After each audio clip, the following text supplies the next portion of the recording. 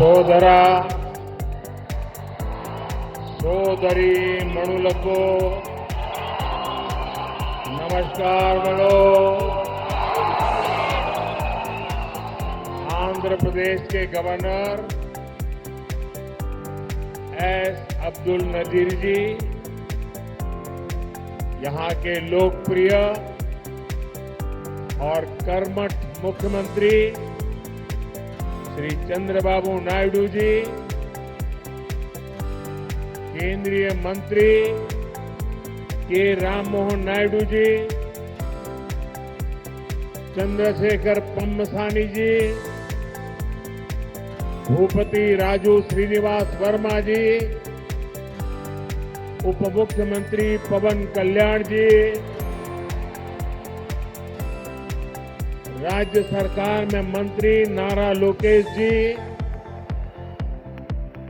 अन्य सभी मंत्रीगण, BJP state president PVN Madhav जी,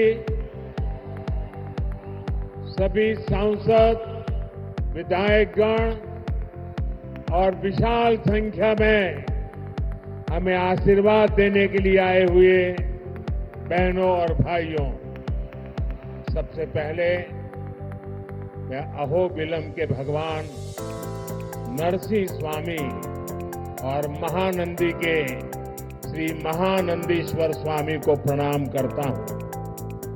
मैं मंत्रालय के गुरु श्री राघवेंद्र स्वामी से भी हम सभी के लिए आशीर्वाद मांगता हूं। साथियों, द्वादश ज्योतिर्लिंग स्तोत्रम के पाठ में आता है, सौराष्ट्रे सोमनाथम च श्रीशैले मल्लिकार्जुनम, यानी द्वादश ज्योतिर्लिंगों में प्रथम भगवान सोमनाथ और द्वितीय भगवान मल्लिकार्जुन का नाम एक साथ आता है।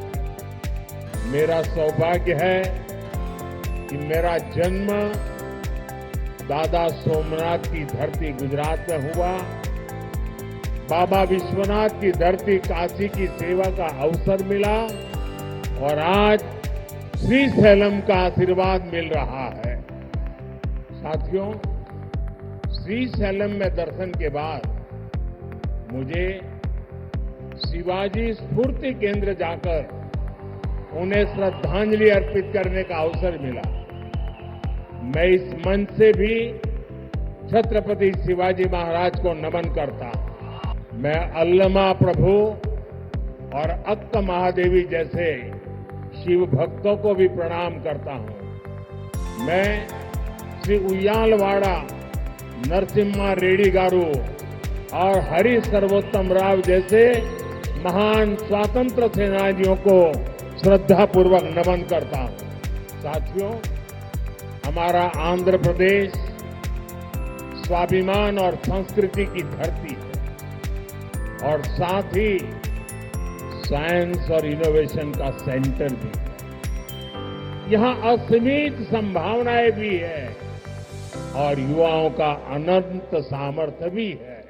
आंध्र को अगर जरूरत थी तो सही विजन और सही नेतृत्व की जरूरत थी।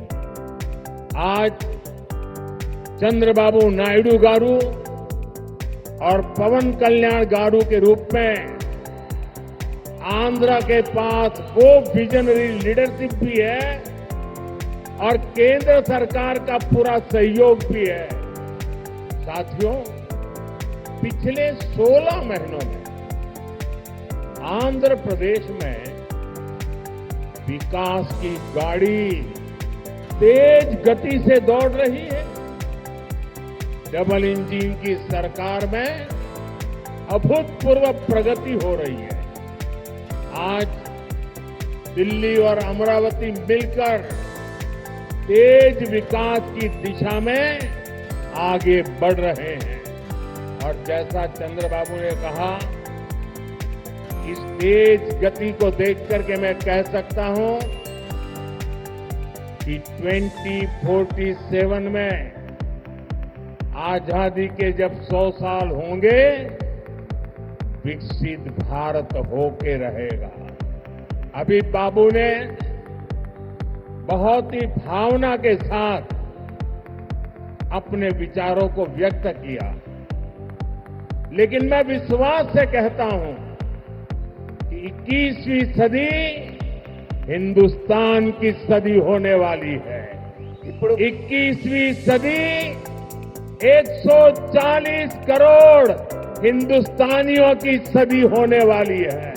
साथियों, आज भी यहां सड़क, बिजली, रेलवे, हाईवे और व्यापार से जुड़े कई प्रोजेक्ट का उद्घाटन और शिलान्यास किया गया है। ये प्रोजेक्ट राज्य में कनेक्टिविटी को मजबूत करेंगे, इंडस्ट्री को बढ़ावा देंगे और लोगों के जीवन को आसान बनाएंगे। इन परियोजनाओं से कर्नूल और आसपास के इलाकों को बहुत फायदा मिलेगा। मैं इन परियोजनाओं के लिए राज्य के सभी लोगों को बधाई देता हूं। साथियों, किसी भी देश और राज्य विकास के लिए एनर्जी सिक्योरिटी बहुत जरूरी है। आज यहां बिजली के क्षेत्र में अराउंड 3000 करोड़ रुपीस का ट्रांसमिशन प्रोजेक्ट शुरू हुआ है। इससे देश की एनर्जी कैपेसिटी और बढ़ेगी। साथियों, तेज विकास के बीच हमें पुरानी स्थितियों को भी भूलना नहीं है। 11 साल पहले जब केंद्र में कांग्रेस सरकार थी, तब प्रति व्यक्ति इलेक्ट्रिसिटी की खपत औसतन 1000 यूनिट से भी कम थी। तब देश को ब्लैकआउट जैसी चुनौतियों का भी सामना करना पड़ा। हमारे गांवों में बिजली का खंभा भी नहीं लगा था। आज क्लीन एनर्जी से लेकर देश के टोटल एनर्जी प्रोडक्शन तक भारत हर क्षेत्र में नए रिकॉर्ड बना रहा है। साथियों, आज भारत की और आंध्र प्रदेश की स्पीड और स्कोप, इसको पूरी दुनिया देख रही है। 2 दिन पहले ही आंध्र प्रदेश में गूगल ने बड़ा निवेश करने का ऐलान किया है। गूगल यहां हमारे आंध्र प्रदेश में भारत का पहला आर्टिफिशियल इंटेलिजेंस हब बनाने जा रही है। और कल जब मैं गूगल के सीईओ से बात कर रहा था, उन्होंने मुझे कहा कि अमेरिका के बाहर दुनिया के कई देशों में हमारा निवेश है, लेकिन सबसे ज्यादा निवेश अब हम आंध्र में करने जा रहे हैं। इस नए एआई हब में powerful AI infrastructure, data centre capacity, large scale energy sources और एक्सपांडेड फाइबर ऑप्टिक नेटवर्क शामिल है। साथियों, गूगल के इस एआई हब इन्वेस्टमेंट में एक नया इंटरनेशनल सबसी गेटवे बनाया जाएगा। इसमें कई इंटरनेशनल सबसी केबल्स शामिल होंगे जो भारत के ईस्टर्न कोस्ट पर विशाखापट्टनम तक पहुंचेगी। साथियों, आंध्र प्रदेश चंद्रबाबू जी के नेतृत्व में आत्मनिर्भर भारत की नई ताकत बन रहा है। आंध्रा में मैन्युफैक्चरिंग तेजी से बढ़ रही है। निम्मलुरु में एडवांस नाइट विजन फैक्ट्री का आरंभ रक्षा क्षेत्र में आत्मनिर्भरता प्राप्त करने की दिशा में एक और कदम है। इस फैक्ट्री से नाइट विजन उपकरणों, मिसाइलों के लिए सेंसर और ड्रोन गार्ड सिस्टम बनाने का भारत का सामर्थ्य बढ़ेगा। यहां बने उपकरण भारत के डिफेंस एक्सपोर्ट्स को भी नई ऊंचाई देंगे। और अभी ऑपरेशन सिंदूर में तो भारत के बनी चीजों की ताकत हमने देख ली है। साथियों, मुझे खुशी है कि आंध्र सरकार ने कर्नूल को भारत का ड्रोन हब बनाने का संकल्प लिया है। ड्रोन इंडस्ट्री के जरिए कर्नूल और आंध्र में फ्यूचरिस्टिक टेक्नोलॉजी से जुड़े कई नए सेक्टर्स का विकास होगा। और अभी मैंने कहा ऑपरेशन सिंदूर में ड्रोन्स का कमाल दुनिया को भी अचरज कर गया है। आने वाले समय में कर्नूल ड्रोन सेक्टर में देश की ताकत बनने वाला है। साथियों, हमारी सरकार का विजन है सिटीजन सेंट्रिक डेवलपमेंट। इसके लिए हम लगातार नए रिफॉर्म्स के जरिए सिटीजन्स के जीवन को आसान बना रहे हैं। देश में 12 लाख रुपए तक की आय पूरी तरह से टैक्स फ्री हो चुकी है। सस्ती दवाइयां, सस्ता इलाज, बुजुर्गों के लिए आयुष्मान कार्ड जैसी अनगिनत सुविधाएं, इनसे ईज ऑफ लिविंग का एक नया अध्याय शुरू हुआ है। साथियों, नवरात्रि के पहले दिन से जीएसटी में भी भारी कटौती की गई है।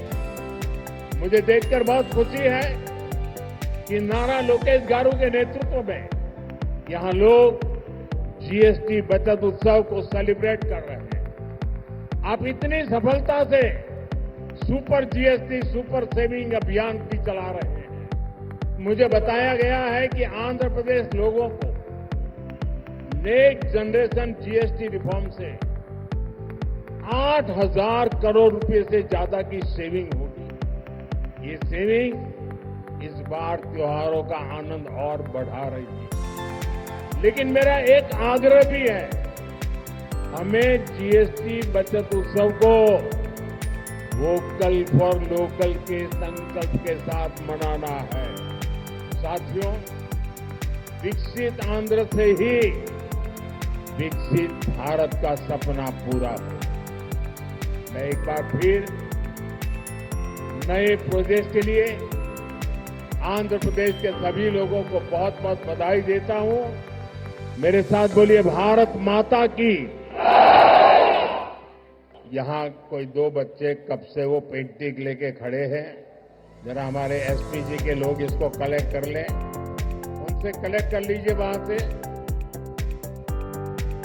मेरे साथ बोलिए भारत माता की जय, भारत माता की जय, भारत माता की जय। बहुत बहुत धन्यवाद। అందరికీ ధన్యవాదాలు।